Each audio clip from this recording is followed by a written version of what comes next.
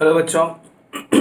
तो आज भी इस वीडियो में एंड में एक आपको पजल मिलेगा, उसको सॉल्व कीजिए, बताइए उसका आंसर क्या होगा। ठीक है, और ऐसे हम लोग सीखते रहेंगे और लास्ट का जो क्वेश्चन है वो सब आप सॉल्व करते रहिए और बहुत जल्दी मैं उन सब का आंसर बताऊंगा, या तो एक वीडियो में या फिर 2 वीडियो लगेंगे और उन सब का आंसर आपको मिलेगा। ठीक है, तो आज हम लोग देखते हैं कि जो रेशियो एंड प्रोपोर्शनल के बारे में देखा था मैंने रेशियो प्रोपोर्शनल स्टार्ट किया था, उसके बाद फिर हम लोग नंबर सिस्टम में चले गए थे और नंबर सिस्टम की कुछ और चीज़ें हम लोगों ने देखी थी जो बेसिक अलजेब्रा के फॉर्म में होता है ना। बेसिक अलजेब्रा के फॉर्म में हम लोगों ने वो देखा था कि डिविजिबिलिटी ऑफ 3 क्या होता है, डिविजिबिलिटी ऑफ 5 क्या होता है, डिविजिबिलिटी ऑफ 4, 7, 8, 9, 11, ये सब हम लोगों ने देखा था। तो 12 की डिविजिबिलिटी क्या होगी, मैं एक एक करके सब सारे नंबर्स की डिविजिबिलिटी, तो 12 की डिविजिबिलिटी क्या हो जाएगी। तो कोई भी नंबर की डिविजिबिलिटी के लिए हम लोग क्या करते हैं कि उसका को प्राइम फैक्टर्स देखते हैं। को प्राइम फैक्टर्स क्या होता है, तो को प्राइम फैक्टर्स होता है कि जो दो नंबर्स का अगर जो कॉमन डिवाइजर होता है वो कॉमन डिवाइजर 1 हो, मतलब उसका HCF 1 हो जाए। HCF क्या हो जाए, 1 हो जाए, तो उसे हम लोग क्या कहते हैं, को प्राइम नंबर्स बोलते हैं। तो अगर कोई भी 12 की डिविजिबिलिटी चाहिए तो 12 को 2 ऐसे फैक्टर्स में हम लोग तोड़ेंगे जिससे कि वो को प्राइम नंबर्स हो, जैसे कि 4 and 3। 12 का क्या हो जाएगा, 4 and 3। 4 into 3 क्या होता है, 12 होता है ना। तो कोई नंबर अगर 4 से डिविजिबल है, 3 से डिविजिबल है, तो वो नंबर 12 से भी डिविजिबल है, तो वो नंबर 12 से भी डिविजिबल है कि नहीं। सिंपल सी बात है। तो 12 की डिविजिबिलिटी में क्या बोल दूंगा कि a number should be divisible bye 4 and 3। 4 की डिविजिबिलिटी क्या थी, लास्ट का 2 डिजिट, तो लास्ट का 2 डिजिट डिविजिबल होना चाहिए 4 से, और डिजिट्स का सम डिविजिबल होना चाहिए 3 से, तो पूरा नंबर 12 से डिविजिबल है। तो मैंने लगभग स्टार्टिंग से 12 तक के सारे नंबर की डिविजिबिलिटी आपको बताया है। ठीक है, अब बात करते हैं 13 की डिविजिबिलिटी ऑफ 13। ओके, अब 13 की डिविजिबिलिटी क्या होगी, तो 13 की डिविजिबिलिटी की बात करें तो वो 7 जैसा ही होता है। 7 का मैंने आपको क्या बताया था कि लास्ट डिजिट जो होता है उसको 2 से मल्टीप्लाई करके बाकी नंबर से सब्ट्रैक्ट करो। अगर जो उनका डिफरेंस जो आएगा अगर वो 7 से डिविजिबल है तो पूरा नंबर भी 7 से डिविजिबल है। 13 का क्या हो जाएगा कि मल्टीप्लाई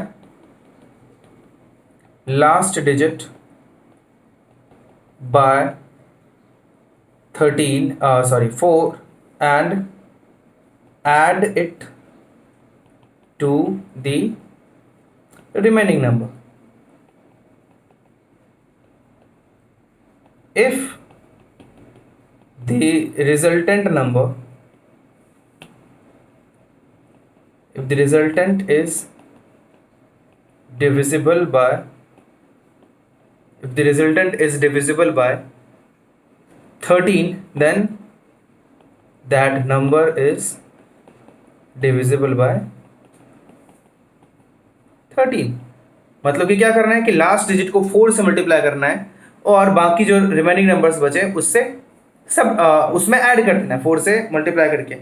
अगर जो नंबर आएगा वो 13 से डिविजिबल होगा तो पूरा नंबर भी 13 से डिविजिबल है। कोई भी आप एग्जांपल ले सकते हो, जैसे कि एक एग्जांपल कुछ भी ले लो, 3, 5, 2, तो 2 को 4 से मल्टीप्लाई किया है ना, 35 बचा, 4 से मल्टीप्लाई किया तो कितना हो गया 8, कितना आता है 43। ये 13 से डिविजिबल नहीं है तो डिवाइड करके देखो 352 भी 13 से डिविजिबल नहीं होगा। कोई भी नंबर हो, अगर 1, 3, 5, 2 है तो 2 को 4 से मल्टीप्लाई करो 12 हुआ है ना, 2 को 8 हुआ, और उसको बाकी नंबर में ऐड करो कितना आएगा 143। अब ये 143 इतना तो आपको थोड़ा सा प्रैक्टिस से आ गया होगा कि 143 is divisible by 13, means this number is going to be divisible by 13। Try करके देख लेना, वो डिविजिबल नहीं होगा। तो ये 13 की डिविजिबिलिटी देखी हमने। वैसे जनरली ऐसे पढ़ाया नहीं जाता है इन सारे नंबर्स का डिविजिबिलिटी, हम लोग 2, 3, 4 जो ये नॉर्मल नंबर्स होते हैं उन्हीं का डिविजिबिलिटी देख लेते हैं और उससे ही काम चल जाता है। बट ये सब भी पता हो तो और भी अच्छा हो जाता है। ठीक है, तो ये हो जाता है डिविजिबिलिटी ऑफ 13 देखा हम लोगों ने। अब 14 की आपसे कोई डिविजिबिलिटी पूछेगा तो 14 की डिविजिबिलिटी क्या बताओगे, तो 14 की डिविजिबिलिटी होती है कि if a number is divisible by 2 and 7। अब 14 से डिवाइड करने से ज़्यादा इजी तो 7 से डिवाइड करना है ना, तो उस नंबर वो नंबर अगर 7 से डिविजिबल है और 2 से डिविजिबल है तो वो नंबर 14 से भी डिविजिबल है। ठीक है, ये बेसिक कॉन्सेप्ट है। तो वो 14 से भी डिविजिबल है, क्योंकि वैसे भी देखो 14 का जो को प्राइम फैक्टर आएगा वो क्या आएगा, 2 एंड 7 है ना। 2 एंड 7 इसका को प्राइम फैक्टर्स आएगा, तो वो नंबर अगर 2 एंड 7 से डिविजिबल है तो वो 14 से भी डिविजिबल है। ठीक है, ये बात आप समझ गए होंगे। मीन्स वो नंबर को इवन होना चाहिए, वो इवन नंबर के साथ साथ 7 से भी डिविजिबल होना चाहिए। ठीक है, ये हो जाती है 14 की डिविजिबिलिटी। आप आराम से ये चीज समझ गए होंगे। तो मैंने स्टार्टिंग से 14 तक के सारे नंबर्स की डिविजिबिलिटी बता दिया। 15 का क्या हो जाएगा, अब 15 से किसी नंबर को डिवाइड करोगे टफ हो सकता है। सिर्फ 15 का को प्राइम आप खुद से सोचो क्या हो जाएगा, 3 and 5। So if a number is divisible by 3 and 5 then that number is divisible by 15। 3 मतलब क्या, 3 से डिविजिबल मतलब क्या, डिजिट्स का सम 3 से डिविजिबल होना चाहिए। 5 से डिविजिबल मतलब क्या, लास्ट डिजिट 5 से डिविजिबल होना चाहिए। मतलब मैं सीधे बोल सकता हूं, अगर लास्ट डिजिट 0 या 5 है और पूरा नंबर डिजिट्स का सम अगर 3 से डिविजिबल है तो वो पूरा नंबर भी 15 से डिविजिबल होगा। 16 का मैंने आपको पहले ही बताया था। बचा क्या, 17। तो 17 की डिविजिबिलिटी देखते हैं। डिविजिबिलिटी ऑफ 17, तो 17 की डिविजिबिलिटी हो जाएगी बिल्कुल, ये भी 7 और 13 की तरह ही होगी। देखो सारे प्राइम नंबर्स का हम लोग डिविजिबिलिटी ऐसे फाइंड कर सकते हैं। तो 17 का आपको डिविजिबिलिटी चाहिए, तो 17 का डिविजिबिलिटी मैं बता सकता हूं कि आपको लास्ट डिजिट को, कोई भी नंबर, तो मैं लिख देता हूं 5 times the last digit, 5 times the last digit of the number should be subtracted from the remaining number,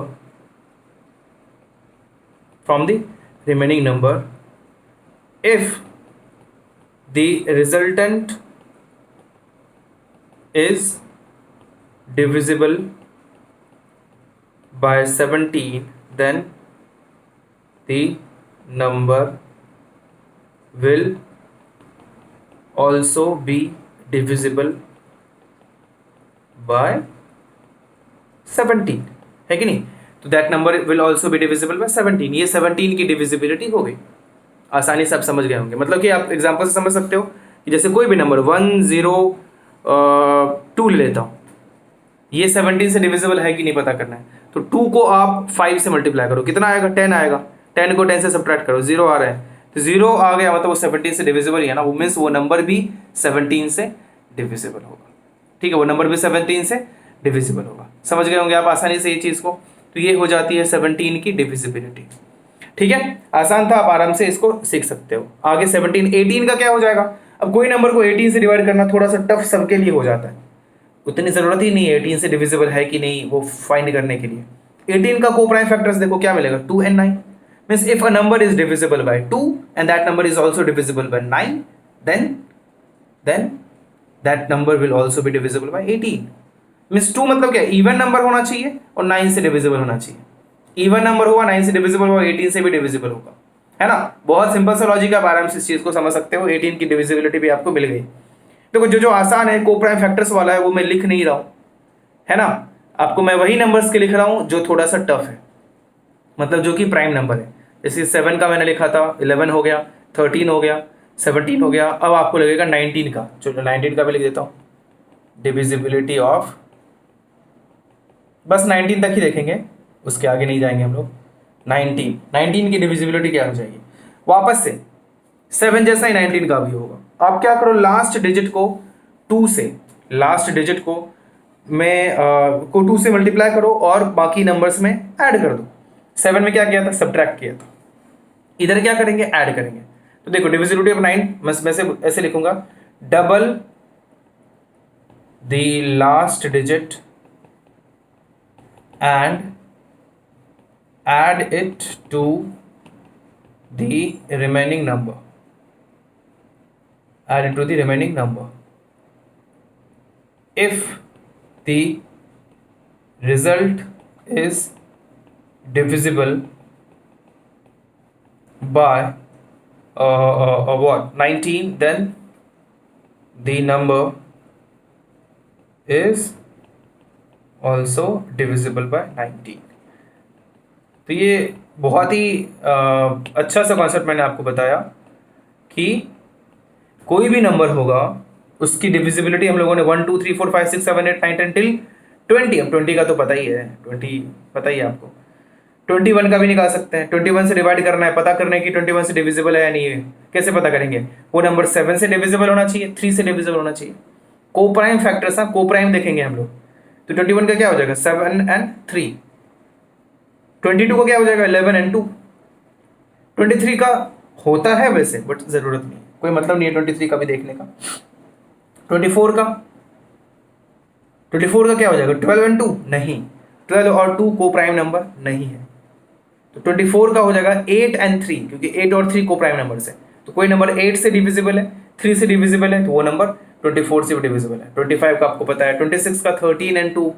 तो ऐसे करके 20 सारे लगभग 26 तक तो आराम से आप बता सकते हो, लगभग बहुत सारे नंबर्स का आप डिविजिबिलिटी देख सकते हो। ठीक है, तो ये डिविजिबिलिटी देखा हम लोगों ने, बहुत ही अच्छा सा टॉपिक है, बहुत मज़ा आता है।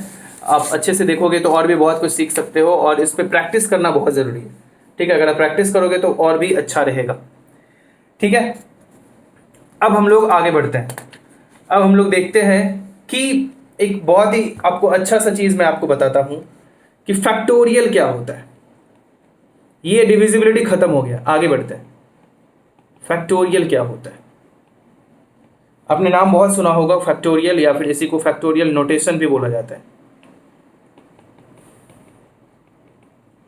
इसका मीनिंग हम लोग देखते हैं क्या होता है। देखो, फैक्टोरियल को पहली बात डिनोट किया जाता है इस चीज से। कभी n फैक्टोरियल लिखा हो तो उसको ऐसे लिखो, n के बाद ऐसा कुछ लिख दे तो उसे क्या बोलेंगे हम लोग? n फैक्टोरियल बोलेंगे। क्या बोलेंगे? n फैक्टोरियल बोलेंगे। अब इसका मीनिंग क्या होता है? बहुत ही सिंपल से इसका मीनिंग होता है। आगे की कक्षा में आप और भी अच्छे से डिटेल में इसे पढ़ोगे, खास करके 11th में बहुत अच्छे से पढ़ते हैं। जब हम लोग बायनोमियल थ्योरम पढ़ते हैं, जब हम लोग परम्यूटेशन कॉम्बिनेशन पढ़ते हैं, तब इसके बारे में अच्छे से डिटेल में देखा जाता है ना। तो अभी मैं आपको थोड़ा सा फैक्टोरियल तो बता ही दूंगा क्या होता है।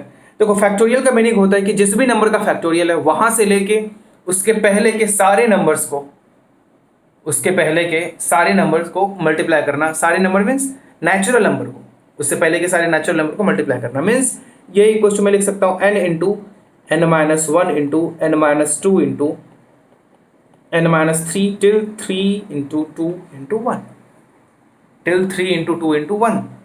अब अगर आपको बोला जाए कि बताओ अब 5 फैक्टोरियल क्या होगा, तो मैं क्या बोलूँगा? 5 से लेके वहाँ से पहले तक जो भी नेचुरल नंबर है सबको मल्टीप्लाई कर दो। 5 इंटू 4 इंटू 3 इंटू 2 इंटू 1। अब जो भी आएगा इसका प्रोडक्ट 120 आएगा, वैसे 120 आ जाता है इसका प्रोडक्ट। आपको अगर चाहिए कि 6 फैक्टोरियल क्या होगा, तो ये क्या हो जाएगा? 6 into 5 into 4 into 3 into 2 into 1। आपको चाहिए कि 7 फैक्टोरियल क्या होता है, तो ये क्या बोलोगे? 7 into 6 into 5 into 4 into 3 into 2 into 1। Calculate करके देखना जो भी आता है। ये मीनिंग हो जाता है फैक्टोरियल का। ठीक है, बहुत ईजी चीज, ईजी सी बात है ये। तो बताओ 1 फैक्टोरियल का वैल्यू क्या होगा? 1 ही होगा। वही मैं पूछूं कि 0 फैक्टोरियल का वैल्यू क्या होगा, तो 0 फैक्टोरियल का वैल्यू भी 1 ही होता है। 0 फैक्टोरियल का वैल्यू क्या होता है? 1 होता है। आपको जानना है कि क्यों होता है, मैं बताता हूँ क्यों होता है 0 फैक्टोरियल का 1। बहुत फेमस सा क्वेश्चन है, बहुत लोग पूछते हैं। अच्छा एक बात बताओ, क्या 6 फैक्टोरियल को आपने लिखा था 6 into 5 into 4 into 3 into 2 into 1, तो क्या इसे 6 यहाँ से लेके यहाँ तक को देखो क्या है वो 5 फैक्टोरियल है? बिल्कुल है। तो वो क्या लिखाएगा? 6 इंटू 5 फैक्टोरियल लिख दिया उसे। वैसे ही अगर 5 फैक्टोरियल की बात करें, वो क्या लिखाएगा? 5 इंटू 4 फैक्टोरियल लिख दूँ? सोच लो आप, 5 इंटू 4 फैक्टोरियल आराम से उसे लिख सकते हैं। और वही मैं आपसे बोलूँ कि 4 factorial equals to 4 into 3 factorial लिख सकते हैं, आराम से लिखा जा सकता है। उसे 4 इंटू 3 फैक्टोरियल लिख सकते हैं।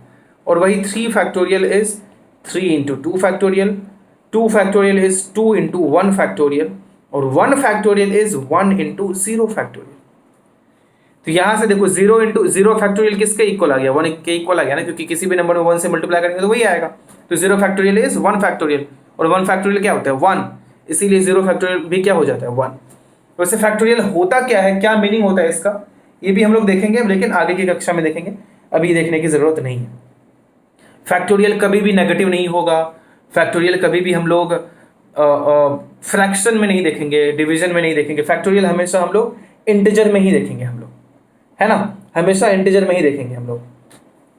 आगे बढ़ते हैं कि आपसे ऐसे पूछा जा सकता है कि कोई भी फैक्टोरियल है, मैं बताता हूं आपको, कोई भी फैक्टोरियल है, जैसे कि 10 फैक्टोरियल ही है, तो 10 फैक्टोरियल को जब आप एक्सपैंड करोगे तो वो 2 रेज टू किस पावर से डिविजिबल होगा? सवाल ध्यान से समझना, वो 2 रेज टू किस पावर से डिविजिबल होगा, क्वेश्चन ये उठता है। तो अगर 2 रेज टू किस पावर से डिविजिबल होगा आपको ये जानना है। मैं आपको एग्जाम्पल से समझाता हूँ कि उसका मीनिंग क्या होता है। 1 मिनट आप रुकिए, उसका एग्जाम्पल मैं आपको समझाता हूँ क्या होता है। जैसे देखो, अगर आपसे ये बोलूँ कि 5 फैक्टोरियल हो गया, वो क्या होता है? 5 इंटू 4 इंटू 3 इंटू 2 इंटू 1, ये हो जाता है 5 फैक्टोरियल। अब ये देखो 5 फैक्टोरियल जो है इसमें 2 के कितने फैक्टर्स हैं? 2 के हाईएस्ट किस पावर से आप डिवाइड कर सकते हो? तो 2 के किस हाईएस्ट पावर से डिवाइड कर सकते हो? तो ये आपको ऐसे पता चलेगा, इधर एक 2 और इधर 4 है, 2 स्क्वायर। तो क्या आ गया आंसर? 2 क्यूब से डिवाइड कर सकते हैं आप इसे। अगर वही 6 फैक्टोरियल होता तो 6 into 5 into 4 into 3 into 2 into 1। अब इसको किस चीज़ से डिवाइड कर सकते हैं? इधर एक 2 है, इधर 2 स्क्वायर 4 है, इधर 6 है, 6 में भी एक 2 होता है, 2 का फैक्टर अपने को ढूंढना है, तो उसमें भी एक 2 है। तो क्या हो गया? 2 प्लस 1 3 प्लस 1 4। तो मतलब इसमें 2 रेज टू 4 से डिवाइड किया जा सकता है। अब ध्यान से समझना, अब इसमें 2 रेज टू 4 से डिवाइड कर सकते हैं। लेकिन मेरा सवाल आप खुद ही सोचो, 6 फैक्टोरियल तक तो नहीं ना, मैं ऐसे लंबा सा बड़ा सा क्वेश्चन बोलूँ 50 फैक्टोरियल, तो क्या बैठोगे काउंट करने के लिए? क्या नहीं, कोई ज़रूरत नहीं है काउंट करने की। इसमें क्या करते हैं हम लोग, एक फॉर्मूला यूज़ करते हैं, मैं बताता हूँ फॉर्मूला। उसका एक टॉपिक का नाम लिख देता हूँ, highest power dividing a factorial. Highest power dividing a factorial. अब देखो इस चीज़ को, मैं इस चीज़ को कैसे बता सकता हूँ। तो इसका फॉर्मूला, अगर n फैक्टोरियल की बात हो रही है ना, n फैक्टोरियल है, and find the highest power of n, find the highest power of m where m is a prime number, which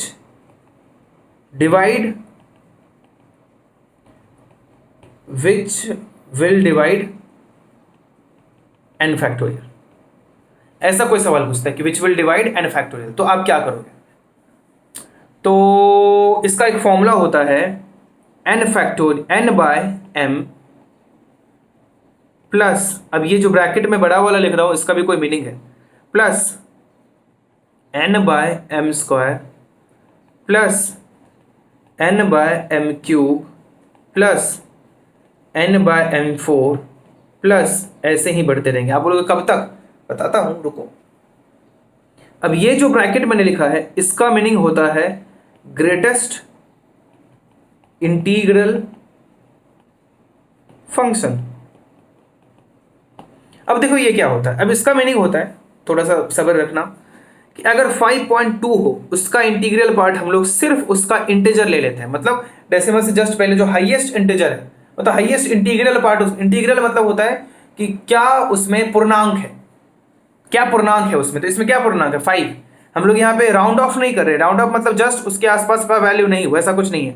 अगर 5.7 भी रहता है तो यहाँ भी आंसर 5 ही होगा, ना कि 6। आपके दिमाग में 6 आ सकता है, तो 6 नहीं होगा, आंसर क्या होगा? 5 ही होगा।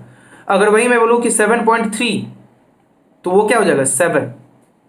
ठीक है, तो अब इसका एग्जाम्पल मैं आपको बताता हूँ। अगर सपोज रहता है कि 10 फैक्टोरियल में हाईएस्ट पावर ऑफ 2 क्या से डिवाइड कर सकते हैं? तो हम लोग कहाँ से स्टार्ट करेंगे? 10/2 प्लस उसका इंटीग्रल पार्ट, कैसे पढ़ेंगे इसको? Integral part plus 10/2 square plus 10/2 cube plus 10/2⁴ है ना, ऐसे बढ़ते रहेंगे। अब 10/2 क्या? Integral part of 5। 10/4 क्या? 2.25। 10/8 क्या? 1.125। 10/16 क्या? 0.5625, कुछ ऐसा आएगा, और ऐसे बढ़ते रहेगा। तो आप ही बताओ, 5 का इंटीग्रल पार्ट 5, 2.25 का इंटीग्रल पार्ट 2, इसका 1, इसका 0, और ऐसे ही, है ना, उसका 0 हो जाता है। तो अब इन सबको आप ऐड करो तो कितना मिलता है? 8 मिलता है। क्योंकि बाकी सब तो जीरो ही हो जाएगा, तो करने की जरूरत ही नहीं है उसको। मतलब कि 2 raised to 8 जो होगा वही हाईएस्ट पावर है जो कि 10 फैक्टोरियल को डिवाइड कर पाएगा। ठीक है, अब आराम से समझ गए होंगे इस चीज को, बहुत आसान है। ठीक है, तो चलिए आज के लिए इतना ही। ओके, नेक्स्ट डे मिलते हैं और इसके आगे और हम लोग इस चीज को प्रोसीड करेंगे और भी अच्छे अच्छे सवाल इसमें होंगे। तो अब आज का क्वेश्चन जो आपको कमेंट बॉक्स में बताना है, बहुत इजी सा क्वेश्चन मैं आपको दे रहा हूं कि what will be the remainder, what will be the reminder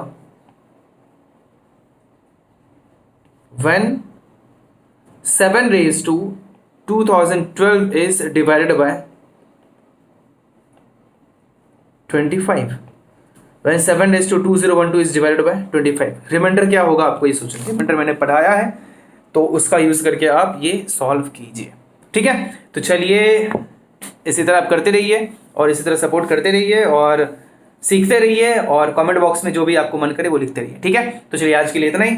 thank you so much, bye bye.